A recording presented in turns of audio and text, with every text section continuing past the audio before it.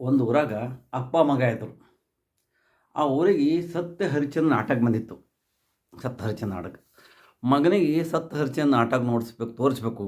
ಆ ಸತ್ಯ ಹರಿಶ್ಚಂದ್ರ ನಾಟಕ ತೋರಿಸೋದ್ರಿಂದ ಏನೋ ಸ್ವಲ್ಪ ಉದ್ಯೋಗ ಏನು ಉದ್ಧಾರ ಆಗ್ತಾನೆ, ಏನೋ ಸ್ವಲ್ಪ ಕಲಿತಾನ ಅಂತಂದು ಭಯಂಕರ ಕಿರಿಕಿರಿ ಕೊಟ್ಟಂತ. ಇಲ್ಲ, ಸತ್ಯ ಹರಿಶ್ಚಂದ್ರ ನಾಟಕ ಹೋಗು, ಸತ್ಯ ಹರಿಶ್ಚಂದ್ರ ನಾಟಕ ಹೋಗು. ತಾನೇ ಕರ್ಕೊಂಡು ಹೋಗಿ ಸ್ವತಃ ಅವನಿಗೆ ಹೋಗಿ ಪಿಕ್ಚರ್ಟಾಗಿ ಬಿಟ್ಟು ಬಂದಂತ. ಸತ್ಯ ಹರಿಶ್ಚಂದ್ರ ನಾಟಕ ನೋಡಿ ಬರ್ಲತ್ತವ. ಇನ್ನೇನು ನೋಡಿ ಬರೋ ಇದ್ನಂತ ಎಲ್ಲರೂ ಮನೆ ಮುಂದೆ 7-8 ಮಂದಿ ಕೂತಿರ್ತಾ ಬಂದಂತ. ಮಗ ಏನೋ ಚಂದ ಕಲ್ಕೊಂಡು ಬಂದು ಏನೇ ಹೇಳ್ತಾ ಅಂತ ತಿಳ್ಕೊಂಡು ನೀತಿ ಕತೆ ತಿಳಿದಿರಬೇಕು, ಏನಾದರೂ ತಿಳಿದಿರಬೇಕು ಅಂತ ತಿಳ್ಕೊಂಡು, ಅಪ್ಪ ನಾಟಕ ನೋಡಿ ಬಂದ, ಏನು ತಿಳಿತು ಅಂತ. ಭಯಂಕರ ತಿಳಿತಪ್ಪ ನನಗಂದ. ಏನು ತಿಳಿತಪ್ಪ? ಸತ್ಯವನ್ನು ಹೇಳೋದ್ರಿಂದ ಸತ್ಯ ಹರಿಶ್ಚಂದ್ರ ತನ್ನ ಲೈಫ್ ಲಾಂಗ್ ತನ್ನ ಸುಡುಗಾಡು ಕಾಯ್ದ. ಅದೇ ಮೋಸ, ವಂಚನೆ, ತುಡುಗ, ದೊಡ್ಡ ದೊಡ್ಡ ಗಣಿಗಳು, ಬಂಗಾರ ಗಣಿ, ಅಲ್ಯೂಮಿನಿಯಂ ಗಣಿ, ಕಬ್ಬಿಣ ಗಣಿ, ಆ ತುಡುಗಲೇ ಮಾರಾಟ ಮಾಡಿ ದೇಶ ವಿದೇಶಕ್ಕೆ ಮಾರಾಟ ಮಾಡಿದ್ರೆ ನಾವು ಆರಾಮ್ ಹೆಲಿಕಾಪ್ಟರ್ ತಿರುಗಾಡಬಹುದು ಎಂಬ ಸತ್ಯವನ್ನು ಕಂಡುಕೊಂಡೆ ಅಂತ ಹೇಳಿದಂತ. ಅವರೆಲ್ಲ ಹಾಂ ಅಂದ್ಬಿಟ್ರು.